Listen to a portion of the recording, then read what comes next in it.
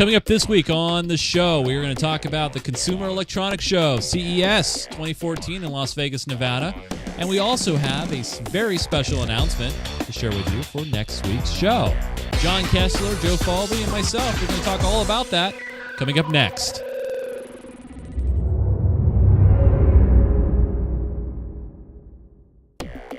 Geek Gamer Weekly is brought to you by our very own Roku app for Geek Gamer TV. You can go back and watch the back catalog of Geek Gamer Weekly, Minecraft Me, our specials from PAX Prime, E3, and soon-to-be CES 2014. To grab that app today, go to ggtv.me/Roku.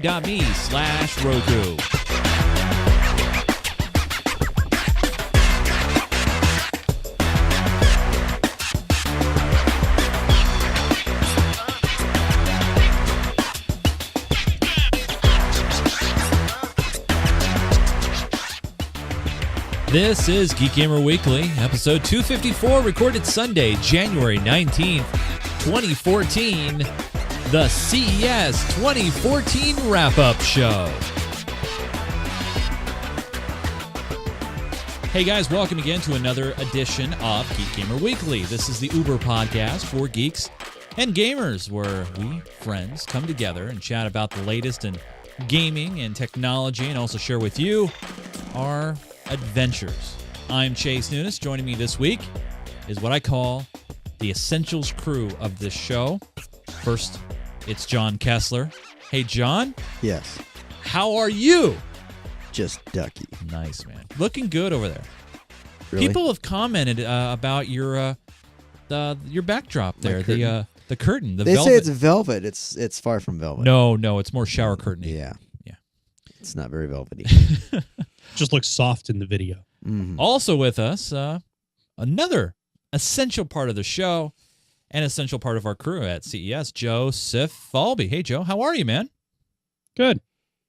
So, and by the way, now we don't have a fourth guest this week because I wanted it just to be us, because we're going to talk about CES, and now it's time for the worldwide, it's not patented yet, but it should be, the world famous quad shot. Wow. Yeah. Yeah. Good time on my Super part. exciting. Can anybody, now I know you two may not know this, but anybody in the back, can you guys identify, if you're watching the video stream, the background? Joe or John only. Chat room, don't help them. What is that in the background? Wow. It's I know what you know what? Well, it's the football stadium. what's it called? Is it CenturyLink? Yes. Okay. Wow. Very good, Because John well, it's not Kessler. Safeco. Wait. It's a yeah. Oh, yeah, because the other one's Safeco, right? Yeah. Yeah. So, John, Yes. congratulations. You get a ding. Yeah. Very good. I'm actually kind of annoyed because now it used to be that where basketball was played in Oregon, in Portland, used to be the Rose Garden, right? Or Rose Quarter area. Right. That, yeah. Mhm. Yeah, of Now course. it's Moga or Arena or something Joe, stupid. They changed the name? Yeah, somebody bought the naming rights. It's to not it the because- Rose Garden anymore? No. It's Portland. I don't even live in Portland, and I think Center? that's offensive. Oh yeah, no, I totally agree. Yeah, it's still rosequarter.com, but officially it's the Moda Center. Well, so, Denver Broncos, they're playing the Seattle Seahawks in the Super Bowl this year, and they used to play at Mile High Stadium. Well, they rebuilt the stadium, and it's now, it's like something field at Mile High. They because a lot of people, they're very, protective. Sports Authority Field. That's it, yeah, Sports Authority Field. Authority. Yeah, at Mile High. That doesn't make sense. That's well. Yeah. So I'm very happy. Yeah, the Seattle Seahawks are going on to the Super Bowl for the second time in the franchise history. It's going to be a fun one in 2 weeks to watch. It's going to be in a cold weather stadium for the first time in Super Bowl. Well, I wouldn't say first time ever, because NFL championships, there was one in Green Bay, right? Was it Super Bowl III or whatever? So, should be a fun thing to watch. But we're not here to talk about sports this week. We're here to talk about gaming and technology. We're here to share our thoughts and experiences from the Consumer Electronics Show, CES 2014, which was in Las Vegas about a week ago, plus a few days. We were supposed to do this show last week, but we all came down with a sickness, if you will, some sort of a convention virus. I had a game plan, gents. My game plan was when we went into the show, I knew we would be shaking a lot of hands, and we would be talking with a lot of people, and I would have like a little mini bottle of hand sanitizer. I would be ready, so I wouldn't get sick. And it didn't happen that way. You left it home. What's that? Did you even take it with you? I didn't even bother. I mean, there were so many things on my mind to remember to bring, and equipment, and actually we didn't forget anything, which was like, I think maybe the first time ever. The only thing that I knew that we would have to purchase when we got there, which I already knew, which was a USB hub. But other than that, I don't, I think we had everything we needed. So before we kind of go over what we covered and what we did, I mean, you guys know our game plan going into the convention was to try to find gaming stuff, to try to find things that maybe were not being talked about in a big full fashion, that sort of thing. Oh, you know what? And I still have a video that I still need to post that just reminded me talking about niche things. But John, I mean, what were your experiences? I mean, obviously, this was your first CES ever. You've done a few conventions before. What are your thoughts? What do you think? I was thinking about this the other night, and it was like, well, with the way it's broken down into different, categories within the thing, and we're transitioning with thing between sections. I was like, it's like going to the mall. Yeah, it really is. Yeah. There's a lot of stuff that's there. Some of it, most of it doesn't interest you or doesn't catch your eye. Yeah. It's like you can only see so many cell phone cases. Well, that's true. The wearable tech was pretty big on everybody's list. It's even bigger this time. Yeah, especially for the health industry. Yep. But I almost likened it going to the mall with that many people and that many products. Now, the other thing I'll ask you about, John, is this is the first major convention that you had to do the bulk of the camera wearing. I mean, obviously, we usually have our trusty friend and compadre Cameron Ashley, Mr. Cameron Man, but he wasn't with us. No, he couldn't make it, so you had to step up. You also had some new pieces of equipment that you had to learn how to use as well. We had a new monopod that we've never used before. You want to talk a little bit about that? Yeah, I was kind of glad that we did use that and not the shoulder rig. Yeah, because totally. Yeah, I mean, I would have been dead after the first day. I'm trying to pull up a picture of the monopod right now, but talk about doing it from your perspective. How was it? I don't know. You just push the button and go. Push record. Keep everything in frame. To the point. We went with a company. I did some research, and I went with a company by the name of Ben Rowe. Yep. And let me actually pull that up here so you guys can take a look. Actually, we didn't see them there, did we? I don't think they were there. They'll probably be at NAB. They actually introduced this new classic with a 3-leg base here. This particular monopod. See if I can actually get a closer view of it. If there's actually, it will let me. It may not. I don't know. It doesn't let me zoom in. But essentially, it's this monopod here. It's got 3 full-down legs. And did you, in using this with our equipment, did it make it a lot easier for you? I mean, was the feet helpful? Oh yeah, definitely. Yeah. Okay. Yeah, because it, I mean, it was pretty stable. The fluid head. Yeah. You didn't do much panning. You didn't have to worry No, about we didn't that. have to do too much panning. Yeah. You can actually, once you get extended down, if you need to, you can actually flip the feet down, with your toe. Oh yeah. You don't have to pick it up and flip it down. You just kind of kick everything down with your toe, other than having to put, do the releases to pull it back up. But no, it definitely was quite versatile. Yeah, it's very versatile and stable enough. Very stable. And with such a small footprint, you're not always running around trying to get a tripod out there, which we saw some people doing. Well, and that's the thing, right? I mean, first off, that piece of equipment, very inexpensive in my opinion. It's $199. It's solid. You could actually hurt somebody with it if you Yeah. really wanted to. It can turn If into need a be. mace. And the other thing too that Jace Rossi was asking me about last week was, did we do anything different with the lighting? And we didn't break out the light except at the very last day when we were at the Razer booth, because their booth was literally in space. It was in the dark. But And the booth right across the way was like ridiculously Lit up. bright. yeah, it was just crazy lighting. The contrasts are pretty bad. Yeah. However, I've been learning the camera that we use, and the camera that you guys are seeing me on if you're watching the video, is the JVC GY HM 100U. I know it rolls off the tongue. It's a great marketing name. I love this camera a lot. One of the major reasons why I like it so much is it can import video from the camera directly into Final Cut Pro without any transcoding necessary. It records in native MOV format, and I believe it's up to 30 megabits per second. I think that's how it's recorded. I could be definitely wrong on that, but it works very well. But one thing I've been learning with this camera, it is a professional grade camera, is manual controls. So I've learned a lot about adjusting the iris and doing auto white balancing, and I think and we also shot, by the way, we shot in 1080p at 24 frames, which gave it a more human feel to it. So yeah, it was the iris is the only thing we really kind of played with. Yeah, and the auto white balancing. Yeah. I mean, we had to do that depending on how much light was in the environment, but it worked out very, very well. We used Sennheiser microphones like the microphone you're using with wireless, and we didn't. You know what? I was expecting major interference issues, you guys, and we didn't run into any. No, not really. Which was great. I never heard a single crosstalk. Yeah, the no, whole time.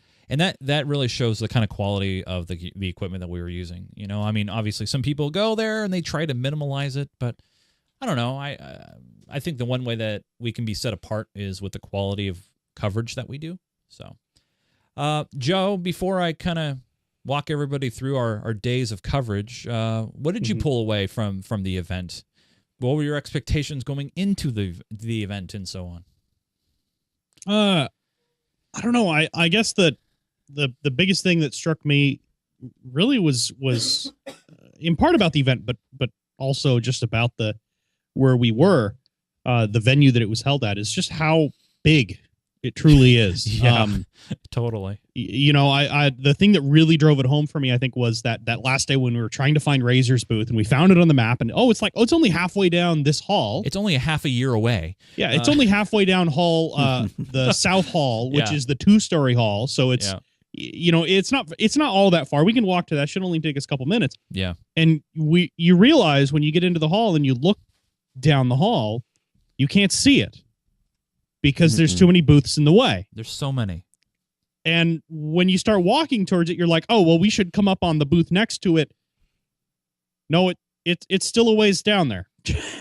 It was just rather staggering how the scale of the thing.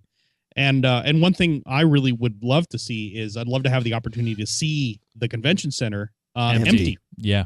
Just to get an idea of how truly big those rooms are, because Totally. I was really astounded by how big it was, and then the variety that was there. We kind of breezed through some areas that I wish we'd gone back and spent a little more time there. I would love to have spent more time in 3D printing. He's helping.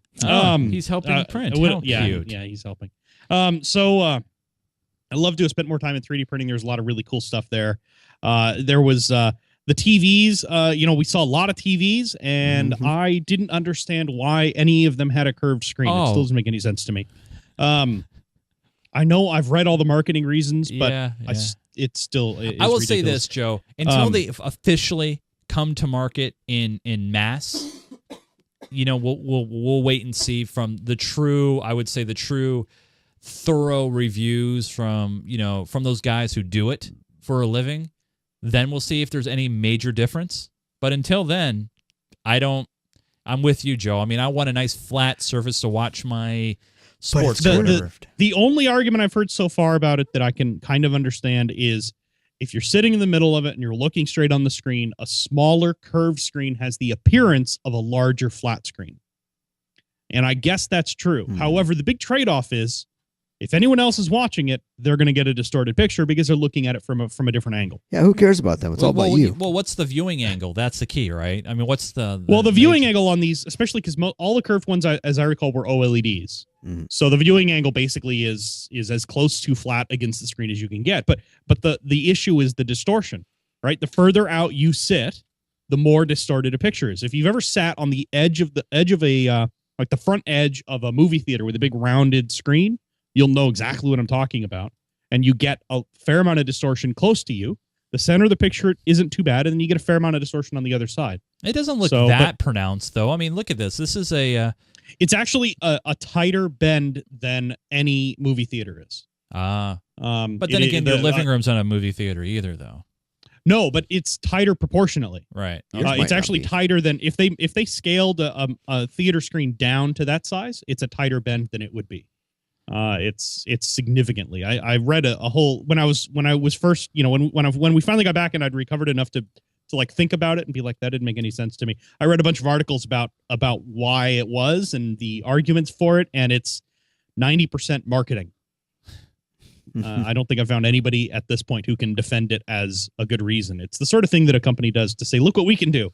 And then one company did it and everybody else is like, hey, we can totally do that too. Let's do that. And then it sort of snowballed. And I don't understand why. Well, they look nice. I mean, and you know what? The curviness. Mm-hmm. Is that a word? Curviness? Curvasive. The curvasive nature of the television screens isn't that terrible. That being said, if they're going to charge, say, $200 more for a curved model over a straight model, I'm going to go for the straight one. Well, it's brought to you by the same marketing team that did the curved phones. Well, at least LG. This is one of the things we saw. We saw a lot of cell phones there. I think it's Hawaii is the one. We also saw LG, Samsung, a lot of makers that were there. LG at least. Fine. If you're going to curve the phone, they curved it the right way. I don't know why Samsung is curving it like a U, because that's basically how they're curving it.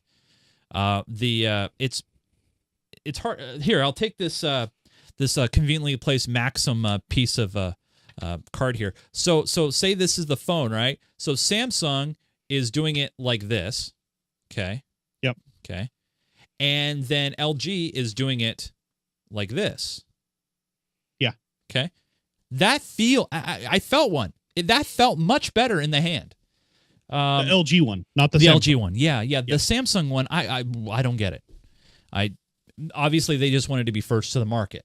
That makes sense to me, I guess. But no, curved HD ultra high def screens, beautiful, large sizes, ultra thin. But the cool thing we saw is it was not just from the major manufacturers. We saw it from mid range too. So it's really nice to see competition. I think we're still a couple of years out, though, from seeing it probably in a reasonable price range for us to go and actually pick up. I was just looking. There's who is it? Sharp, I think. Yeah. One of the manufacturers has a TV on Amazon right now. It's an 80-inch ultra high def. Okay. For just a hair shy of $5,000. That's not bad. Granted, I can get a non-high def, ultra high def for probably half that, though. So, well, you can get them for a lot less than that. I was seeing 70-inchers advertised at Fry's over the weekend for less than $1,000. Wow. So there's obviously a price premium with 4K TVs. There's always going to be a price premium for 4K TVs, at least until they become the standard. But they are coming down. It's not like it's a $20,000 investment anymore. It's getting to the point that's more reasonable now. While talking about that, of course, the biggest thing you have to mention is, well, I guess you better hope Netflix starts releasing more stuff in 4K because there's not a whole lot of other options. You can drive it with a computer, I suppose, but even then, I guess you could game. You could game on that. You could, even though you'd have to have a couple of pretty high-end video cards with lots of video memory to do it. If you want to run it native resolution, yeah. Well, the cool thing about CES is we got to see a lot of innovative tech, and obviously our goal when we went there was to search out and try to find gaming-related items or even items related to the internet broadcaster, which for me, obviously, which is what I do, I always keep an eye open for those things. Now, Joe at Showstoppers, maybe Joe, you can kind of set this up. At Showstoppers, we saw a company by the name of Myonix. Now, you and I, and John, we've been gaming for a while. Didn't ring a bell for us when we heard them, but we saw obviously some really cool things that they've been doing for a while, since 2011. They had some keyboards there and some mice. But what did you discover? And then I'll play the interview. Well, one thing they were really showing off there, what they were talking about, is they're working on converting or making a version of their wireless. Which model do they call it? I think it's actually, I don't see it on their list of products yet. So they're making they're making a wireless version of one of their gaming mice, but they're adding inductive charging to it. Yeah. So you'd have in the mouse pad for it, there's a coil, and in the mouse there's a coil, and when they line up, it charges the mouse. So you don't have to plug the mouse in or anything like that, which is a kind of a cool concept. Well, let's take a look from that said interview. So it's a wireless mouse. Looks fairly similar to the Neos over here, but it's a totally different shape. It's actually a development of that one. It basically works that you have batteries here on the inside, but also you have a receiver here in the front and on-off button. It has an ADNS 9800 sensor, a Vago sensor, and 32 bits ARM processor. But how it works is that it's a coil here inside the mouse, and if I just lift up this one, you will actually see that under here we actually have a PCB, and here is a coil. So basically, when the receiver and the transmitter meets, this lamp will start to flash, and then it charges. But also, it means that you need to put the mouse fairly centralized here on the mouse pad to get it to work. But also what we have done is that you can charge it by just connecting the cable in the front. And then we have this dongle here, which says RF, and it works in 1000 hertz and 1 millisecond, so it's the same speed as you would have with a corded cable. So they announced that at the show. No really release time yet. They really were showing it off as a prototype. Right. It's something that they're working on. It's in their labs that they hopefully will have out to market in the next year or so. But it's definitely a prototype, and he said they were really interested in feedback and response and what people thought of the idea. So, and at the time, I remember being really excited about it because I thought, well, as you're moving your mouse, as you're using your mouse, it'll just keep your mouse charged. Yeah. But as he explained later on, the coils have to line up pretty closely, so you do have to keep your mouse stationary on it, which is okay. Yeah. I mean, there's nothing wrong with it, but that's not quite as cool as I had thought it was at first. Right, which kind of makes sense, though. I mean, you are moving a mouse. Yeah, things got to line up, but it's definitely a proven concept. And it's something that I could easily see not becoming one of those CES things where we're not going to see it come to fruition. I think we will. And maybe they'll have a bigger contact point, or maybe a kind of nice designed bullseye on the mouse pad or something like that. So we'll see. They also were showing off their new headsets, their new headphones, which doesn't use any kind of USB dongle or anything. They're just straight standard headphones, but they're ultra comfortable and super sounding. And we'll have review units sometime in February to try those out as well. So, well, and one thing I really liked about their stuff, and we talked about this with them during the interview a little bit, was a good mouse or a mediocre mouse can live or die by the software it has. Oh, the software that goes on the computer is completely, utterly worthless, and even though it may have every feature in the world, if it's impossible to find or has a modern style interface where everything is all goofed up and not just straightforward and easy to use, it can kill even the best gaming mouse. Yep. Or keyboard or any other device like that. And their software looked really, really powerful and really straightforward to use. And that right there is one reason why I'm interested in trying to lay some hands on a set, because I think the software, like I said, software can kill a great mouse or make a mediocre mouse fantastic. Yeah. Yeah. So. And the incredible thing is the kind of hardware they're even putting in these mices alone just trumps anything I've ever had in the past. So, and it's good to see other companies trying to step up. Obviously, they compete against Razer and Logitech in that arena. So that's really cool. One of the other things that I saw at the show, this was at Showstoppers on Tuesday, the very first day that we were there, and basically Showstoppers is, think of it as kind of like an all-star CES in one big ballroom, if you will. I spoke with a gentleman over at a company called Hovercam, and they were showing off some USB 3.0 cameras for people who need that. Say, for example, teleconferencers, or even those who want to scan documents. And I'll show that interview off to you guys right now. With people on the internet, having that nice, crisp, clean video. I'm here with Craig from Hovercam. Craig, thank you for talking with me. You're welcome. My pleasure. So, this really spotted my eye because this is a USB 3.0 camera. Tell me a little bit about the camera itself, first off. Well, like you said, it's a USB 3.0 camera with an 8 megapixel sensor embedded in it. And so that 8 megapixels allows us to produce a 3K image. So HD 1080p at 30 frames a second. So it's a very, very clear image at a very, very fast refresh rate. And so when you think about your audience and how they could use it, they'll get very real, lifelike images in their web conferences or in their gaming environment as well. Sure. So this camera, obviously, high megapixel, high bandwidth. I mean, is this going to be something that's going to possibly bog down your system if you're running it? We don't think so. I mean, for your audience, and they have pretty good computers, it doesn't take up a lot of bandwidth. So we don't think that's going to be an issue with the camera. Now, I was talking to one of your fellow colleagues about this. What do you think maybe a maximum might be on a system? One camera, two cameras? Oh, no, we think you can have more than two cameras. So, yeah. All right. So yeah, the camera seems pretty amazing. They do estimate that the camera should come out within the next 6 months. That's what they estimate. But the really cool thing about this camera is, first off, the version that you saw there in the snapshot. It's magnetic on that base, so you can really fine-tune and adjust how you want the camera to be.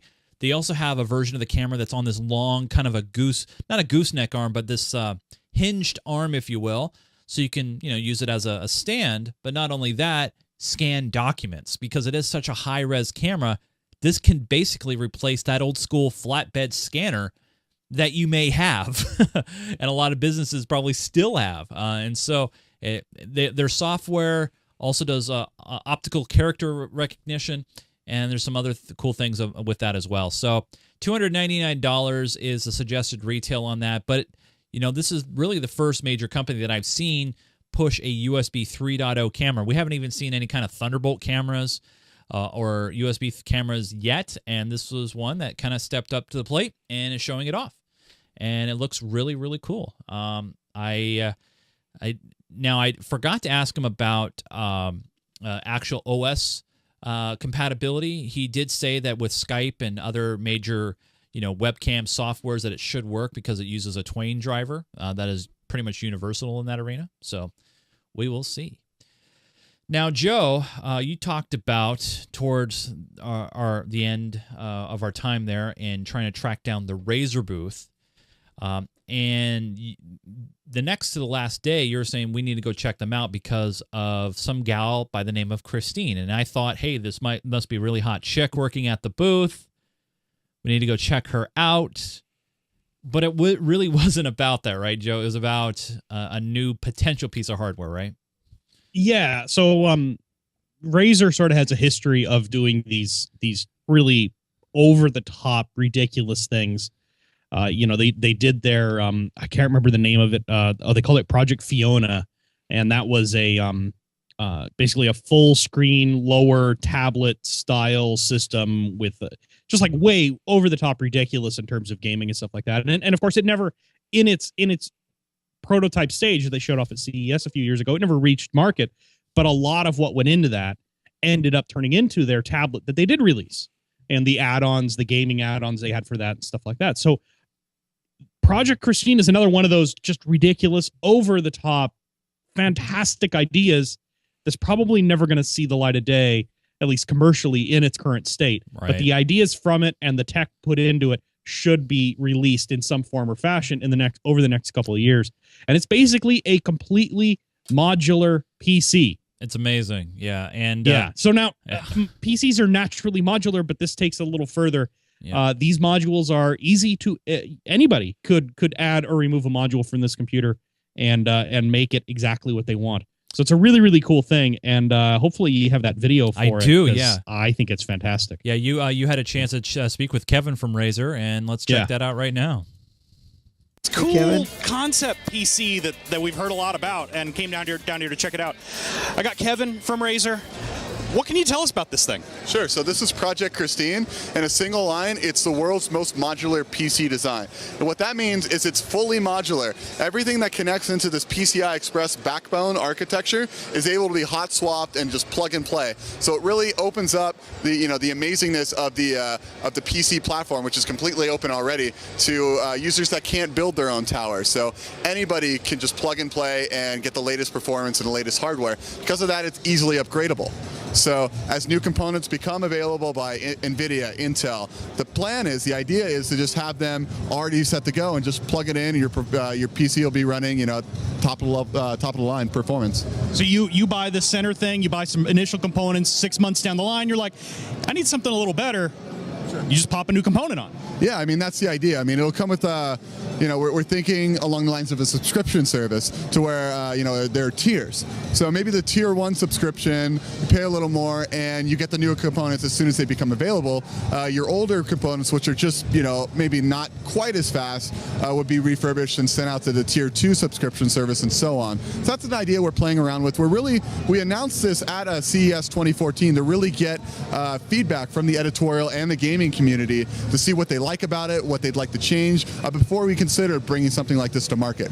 Well, I love the concept. I think it looks fantastic, and the idea of a subscription service where I always have the top-end machine, that's a great idea. No, it really is. And what I didn't even touch on was it's both silent and powerful. So at the bottom here, it's able to be active liquid cooled with mineral oil that pumps up through the spine and into each module. And what that allows is for... So if you guys want to check out the full interview that we had with Razer, we'll have it available on our website. But man, Joe, that piece of technology is amazing. That's something we may not even see this year. And they talked about, of course, Fiona, of course, and how it did happen. I think that subscription model has a chance as long as they price it appropriately. That's the key, right? Yeah, and what I think the promise for this type of computer is moving people off of consoles. Something like this is approachable for an average user to be able to build. If they need to upgrade a component, it's just clip it on, clip it off. It's not difficult to make those changes, which removes that perceived. A lot of people don't like the idea of opening their case and mucking around on the inside of it. We don't have to with this. It's really easy to do that. And the subscription idea, I think, is really cool. I think about buying into it at like $400 or $500. You get your initial hardware. Yeah. And then you sign up for a subscription at $50, $100 a month, whatever. I mean, it might be a little spendy depending on the person, but especially if they can roll in some sort of automatic Steam support or game credits or something like that. So your subscription not only gets you the hardware, but you also get some games for it. And then every couple months they send you a new part. I think that's fantastic. I just also thought of, Joe, what if they came out with, I mean, we saw a full tower, full tower edition, right? What if they came out with a junior tower edition where, and honestly, one of the first things I thought when I saw this is a potential Steam box, right? Yeah, you start out with a Steam box as a processor and a low-end video card. You stream your content from another machine, or you just do stuff that can be run on it. And as time goes on, right, you put in new hardware, you get better stuff, you upgrade the machine, you make it more reliable. I mean, the one of the things we didn't even talk about in the video, he mentioned it, is it's silent computing. Yeah. And the way they do that is they actually have a liquid cooling loop that runs through all of the components. And that would be perfect for a living room, as long as you can turn off all the stupid blingy lights. Yeah. It would be perfect for a living room, because silent computing is really what you want in a living room, in a home theater PC. Yeah. What'd you think of it, John? Obviously, you saw it for the first time behind the lens of the camera. What'd you think of it, man? It was definitely pretty interesting. Especially with the mineral, it was a mineral oil that they're using for cooling. So I was going, that's obviously gonna have to come pre-primed, and plop it in there. But it would be nice not to have to worry about it and everything because it's all it's plug and play. Yeah. Would be nice to see a shorter form factor. Yeah. That was quite the It's an old school tower machine, sure. that they've got going on there. Yeah. But the system they had showing off obviously had a lot of potential expandability on it. I was trying to figure out what modules you would put on the back. Right.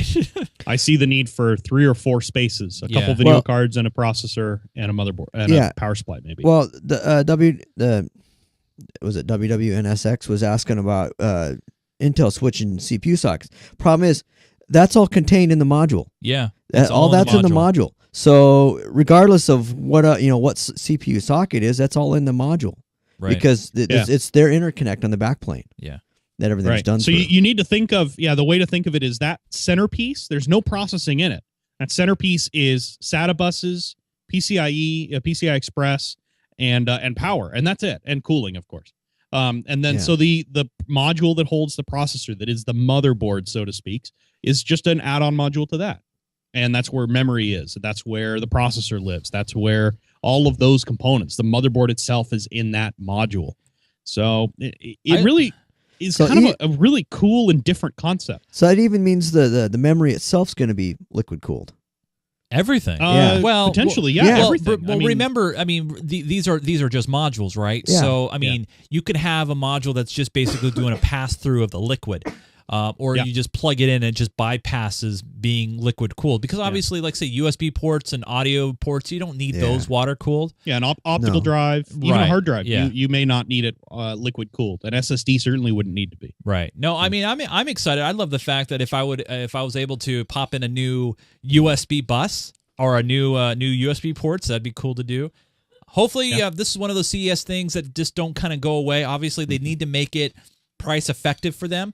But then they also have to convince traditional PC gamers and those who are going to get involved to lay down the money.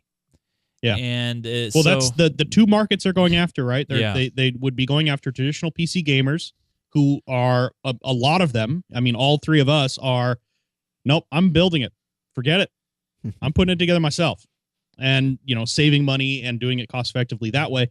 And then also there are a few PC gamers out there who want to buy the biggest baddest system, but a lot of those I don't think they're that willing to do something like that. I don't know if they'd buy a Razer system. They're the people who want to have Falcon Northwest on their case or Alienware or that sort of thing. And then the other market they're really going after is console gamers. Yep. And console gamers are, and I know I'm generalizing here, but cheap. That's why they're buying consoles. They perceive the PC as being expensive and difficult and hard to deal with. And I don't know if something like this would even attract them because even though the hardware is simple, it still has an OS in there, and that is perceived as being difficult and nerdy and geeky, and they don't want to get their hands dirty dealing with it. So I don't know. It's going to be interesting. It'll be a tough sell. We'll have to see. But I love the tech that went into it. And even though the models they had there were not working demos, they did say they had a couple of working systems back in their lab, which is cool. It means they've already done all the engineering. It's a great proof and concept, and maybe we'll see a revision of it in the future.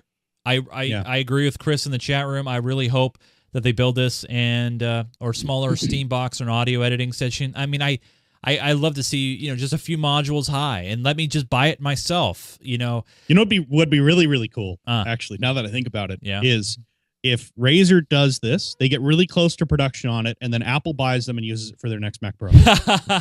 Yes.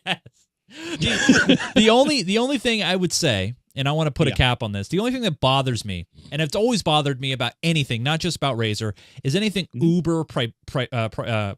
Proprietary. Thank you. That's what I was trying to say. My mind wanted to say it. And that's what worries me, because you are putting a lot of stock, especially if you're going to invest into a system like this, that it's going to be around in 3 to 5 years from now. Yeah. That's the only thing that worries me. Other than that, I think it's stellar, and I really hope it comes to market. Now, one of the things that we as PC gamers always have over our console counterparts, and yes, we have a friendly rivalry, if you will, especially when it comes to games like Battlefield and Call of Duty, is that of the controller, of how you play your game. Now, we know that if you're on the console, you're using the You're using a keypad here. Let me show off mine here. You're using one of these. And believe me, you rather be using I can't really show it. They're all tied down. A keyboard and mouse, right? You'd rather be using one of those. Why? I had the great opportunity to chat with our friends over at IoGear, and this is something you guys really, really want to check out. Doing stellar, my friend. So we dropped by because we see something very cool. Now, we're PC gamers, a lot of us at heart. Sorry, console guys, I know you're out there. However, there's a really cool peripheral that you guys are going to be launching soon called the Key Mapper. And why don't you explain what it does? Well, actually, it's the Keymander. It's kind of. I'm sorry, Keymander. It's a play on words. Basically, what this does, it allows all those keyboard and mouse users to play on their game console, be it a PS3, Xbox One, or Xbox 360. You know, for a long time, there's been that bit of rivalry between PC gamers and console gamers. Who's the best? And a few years ago, there was a test that was done by a company, and they found that the keyboard and mouse, because of its precision accuracy and everything else that's tied to it, kind of leads to a better gamer. So what we've done is created a product that is USB-based. It just simply plugs right into your game console, plug in your keyboard and mouse, and right out the box, you're ready to go. So I had a demo before we started talking here, and it works extremely well. Obviously, in this environment, there's a lot of wireless interference because we're using some wireless peripherals, but no separate power source needed. Basically, you just plug and play, especially on the PS3, you just plug and play and you're ready to go. What kind of setup needs to happen on the other side of things, say for the Xbox One? Is there anything special needs to be done? Yeah, actually, we're going to provide a firmware update. So once you buy the product, you just go to our website and you pick your game console that you're going to play it on, upload the firmware, and you're up and running. You could also use any kind of keyboard or mouse peripheral, correct? Because we know there's a lot of people that they're either in bed with SteelSeries or Logitech, and they have their favorite keyboard and mouse combo. This will work with any of them, correct? Exactly. And the benefit with our product is not only just right out the box is it plug and play, but we actually include some software for allowing you to fine-tune. There was some, during that one project where they were looking at the keyboard and mouse players, they found that there was some factors that made them better. One, being able to customize your keyboard. The one thing I love about this, you guys, I have to say, is the price point. I went on to ask him, when's it going to be available? He says I think it was Q1, so next 3 months or so. And the price was $99 and some change. And you could set up macros with it. You can really fully customize it because obviously if you need to be able to customize it because, on a keyboard, if you're playing a first-person shooter, you can customize all your keys. On the console, there's going to be some mapping happening. Well, you can customize that. So if you want jump instead of being spacebar to be the J key or whatever, you can fully set that up and customize it. I got to say this. I think this is great. I hope it happens. I hope it does. We do see it to market. We've seen these kind of devices before, especially on the Xbox 360, but they've been a lot more expensive. I think I saw one. It was like anywhere from $200 to $300. The name escapes me. XIM3, the Zim 3. Was that what it was? The Zim 3 is one that I have that I never really actually got around to using. But it was it's the same sort of idea, and I had an earlier one that didn't work very well, but it was much cheaper. It was like $40 or $50. Right. But all of them for the Xbox require you to use an Xbox controller, and you have to use a wired controller. You can't use a wireless. Now, Chris, and it sounds like this one's the same way. I want to say the game. I didn't click on the link, but I think there was a game that allowed cross-platform play. It was, I think, called Shadowfall. Was it Shadowfall? Where it was maybe. PC versus console. And they kind of closed that off because the PC side destroyed the console gamers. Yeah. This is a little bit different though, because this is not letting PC gamers play. It just lets you change your controller interface, which has happened for a long time. Everybody, you can use joysticks, you can use your own custom controllers. That's been okay. Turbo. Well, and there were a few PS3 games that allowed you to use keyboard and mouse as well, just built in.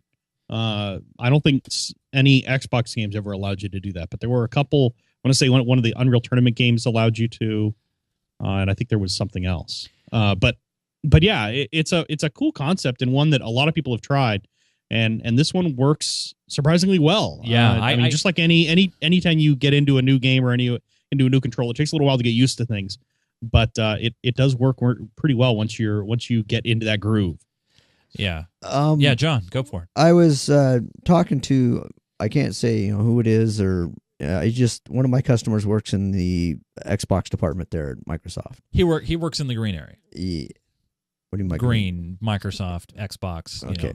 Whatever. I was telling him about this, and he was kind of scratching his head, going, "How are they, doing it?" Because he said one of the things that Microsoft checks for, because he said one of the things the controller has is rate limiting for turning.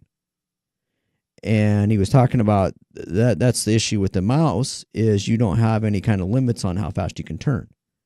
And on the back end, they're looking at rates, turning rates. So if you're doing an FPS and you have, like on Halo or something, and you have a quicker, and you're able to fling it around, right? Fling it around, do a pull a 360. Ha! I get out it. fast, Get it. Sorry. Yeah. You didn't. Yeah. The Xbox 360. Sorry. Yeah. But if you're able to, spin around, or you have a quicker turning rate outside of what their expectations are, they'll kick you. They'll kick it or flag it as cheating. Okay. So that's interesting. And wow. John brings a point to the show. Wow. So yeah, it was kind of interesting to see good. where that ends up or how that goes. Yeah. Because he's just like, whoa, wait a minute. He goes, they can't do that. Well, maybe they're doing something else. Yeah. I mean, obviously, I don't know, unless Microsoft changes their rules to outlaw a device like this. Mm-hmm. If a gamer gets banned because they're doing this and not cheating, that sounds like that doesn't sound like for. Yeah, it doesn't It's- sound like a it's not legitimate cheating. bannable offense. They're not cheating or anything like that. They're using something that functions with the console. I guess the I whole suppose Microsoft could call it that way, and you know what, I'm Yeah. sure that Microsoft's terms of service say if you are believed to be cheating, we can ban you for any reason, and you have no legal recourse because you are a user and no one cares. Well, Garoth in the chat room brings up a great point. It's like, well, what about modded controllers? I mean, people have been using modded controllers forever. Yeah, that's true. Well, and there's all those slow. controller add-ons, those things that look like spiders reaching over your controller. It's supposed to make it easier to use. And I'm not sure. I mean, how far will it go? It doesn't seem. You know what? The only way I'm going to go back and get into console gaming again, especially that kind of console gaming, would be with something like this. I straight up wouldn't buy and won't buy an Xbox or a PS4 unless something like this works really, really well and is something that could get me back into it. But I mean, we've talked about it before. My Xbox 360 is sitting unplugged in my entertainment center and has been for years. Yeah. He said it's been 4 years since my PS4 was online. It was 2 to 3 years, I think. 2 to 3 years. Okay. Yeah. So, I mean, and the Xbox was before that. Yeah. So, yeah. If they're gonna get all heavy-handed on this stuff, I think they're gonna be very successful at driving people away. Yeah. Rather than, but we'll see. Yeah, well, I mean, we'll see. I mean, obviously, if this thing comes to market and you see Xbox banning a whole bunch of players for using a peripheral that they can go and buy off the shelf, we'll see. But in the meantime, I used it at the show. I got to test it out, and it worked. It worked extremely well. It felt comfortable. It felt comfortable finally playing a first-person shooter on a console. One of my good friends, Jason Harper, he's got an Xbox One. He's got Battlefield 4, and he plays it with his friends and family members. They have like a BF4 night. And he goes, "Come on, man, will you play? I mean, I got one. We can play. We can play together." I'm like, "Dude, I'm not playing a first-person shooter on a console. I just can't do it. I'm sorry." He goes, "What if I buy the game for you?" I'm like, "It's not about that. It's not about that. I can go out and afford the game right now. It's about the control." Now, that being said, if this thing was out and he bought me the game, I wouldn't even tell him I had this thing, and he'd be like, "Dude, how are you playing so well?" "I don't know. I got the knack for the controller thing now." Right. We'll see what happens. By the way, we have a lot more coverage on our website if you guys want to check it out. It's over there at geekgamer.tv. We also had an interview with Stern Pinball. We also had an interview with a company at Showstoppers developing something called the Sinister Controller. It's customizable with haptic feedback and much more. And other great coverage from the CES all on our homepage. If you just come to our homepage and you can click this banner here, and it will take you right there. We also, by the way, had an interesting detour, if you will, with Dr. Amy of Buzzy. All I got to say is this. You should really go and check it out.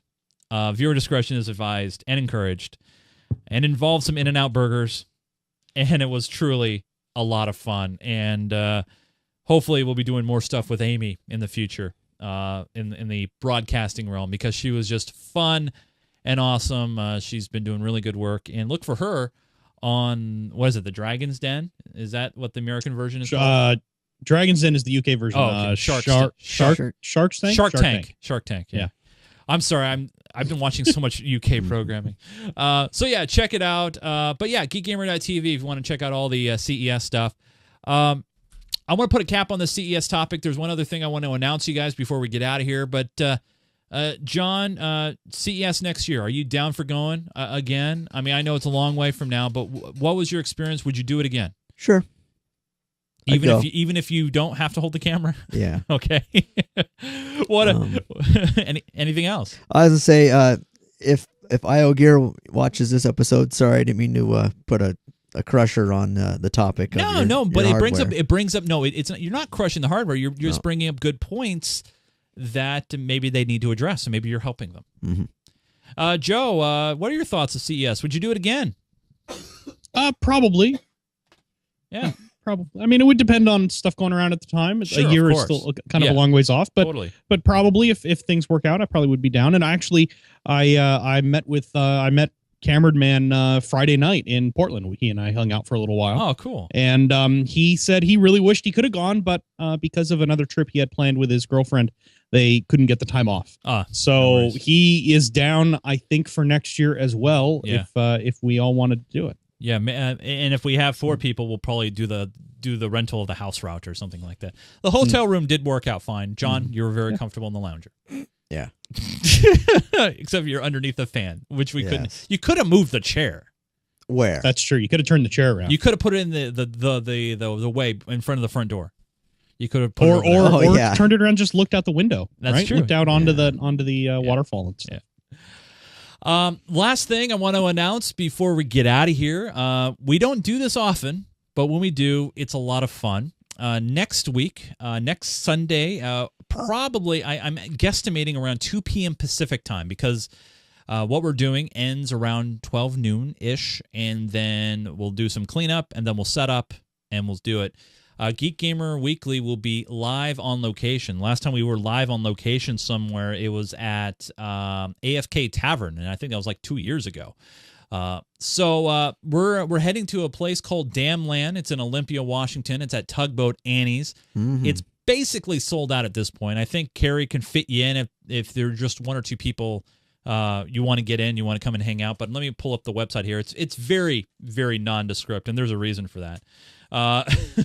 Because pictures, incriminating evidence, not a good thing. But here it is, Damland. It's January 24th through the 26th. It is this weekend. And what makes it special is the fact that you get to game with your friends, computer gaming. We'll also probably do some Star Trek Artemis and other games. But it's in the basement of an awesome restaurant and bar. And let me specify bar. In big, bold letters. So it's going to be a lot of fun. But after the event on Sunday the 26th, that afternoon, so about 2 p.m. Pacific, 5 p.m. Eastern, we will be doing a live show from Tugboat Annie's, and we'll be giving away some awesome prizes courtesy of Plantronics. We had an interview with them, and you can check that out on our website. They've been kind enough to send me some product on short notice to help spread the word of what they're doing and to kind of give some things away. So if you want to check that out, you have to be at the event. Now, here's the cool thing. Since the event will be all over, and it is a public place, you're more than welcome to come on down and check out the live taping if you're in the Olympia, Washington area for Damland, and we'll be pushing out more details as the week goes, but around 2 p.m. Sunday afternoon, the 26th. Should be a lot of fun. Mm-hmm. Joseph Falby, can't wait to I'll be seeing you again this weekend. I can't believe it, man. Yeah. It's just, this is like a weird time warp. Oh, Yeah. almost forgot to mention, and it's my birthday. At Damland. At Not- Damland. Not today. Not today, no, but it will be my birthday at Damland, which is great. I'm going to be celebrating it with my friends. Cannot wait for that. Joe Falby will be hanging out with you this weekend, playing some Gamage, probably some Starship Artemis and Kerbal Space Program and other fun stuff. I'm going to try to get a game of Typing of the Dead going too. Yes! Because it is multiplayer. So I've been playing it. I played it a couple times this weekend. It's kind of entertaining. Typing of the Dead. Man, I played that on the Dreamcast. I think it would be fantastic Yeah. After having visited the bar. You can follow Joe on Twitter at Falby, Falbey. He does. I'll take birthday shots. I'm okay with that. John Kessler, you'll be there as well. I'll be picking you up on Friday, and then we'll be making the trek down. And you can't follow John on Twitter. He's on Google Plus, but he's technically really not there. He just had to sign up for an account. If you guys want, you can follow me on Twitter at Nunes, Nunes, and please follow the network on Twitter at GeekGamerTV. You can find this show, that's right, the one that you're watching right now live, on iTunes. And you can download it. Just search for Geek Gamer Weekly. We have an HD, an SD, and an MP3 version available to you. And also, if you don't want to watch it on iTunes, let's say you're on Android, we have RSS feeds on our website. And also Windows Phone, we're on that Zune Marketplace, so you can grab us there. Or if you have a favorite podcatching client, you can pop in our RSS feeds, and you can do it there. So many different ways to drop in. And by the way, if you've enjoyed this show and you like what we're doing, and it's one of those things where, hey, I like to see independent internet programming grow and Chase not being on the street, all right, because I am still jobless at this point. Think about donating or supporting us when you do shopping at Amazon. If you shop at Amazon, and I do a lot of shopping at Amazon, click the banner before you do your shopping, because it won't change the prices, but a part of that shopping experience goes to support us here at Geek Gamer TV. Also, by the way, if you're on Amazon Canada, you can do that too. Or you can just donate extra Bitcoin, that coin that's kind of stuck in your couch. That kind of coin, the Bitcoin, little bits and pieces. Mm-hmm. Yeah. You can donate those too. So many different options available. We do the show Sunday evenings, except for next week, which will be during the day. So if you have friends on the East Coast that say, hey, I can't stay up late, like Nick is staying up late, then yes, please join us. And yeah, don't watch the Pro Bowl. Watch us. Should be a lot of fun. For John Kessler, Joseph Falvey, I'm Chase Nunes. Thank you for downloading and watching Geek Gamer Weekly. Until we all talk again, we are all silent. Say goodnight, Grace. Good night, Grace.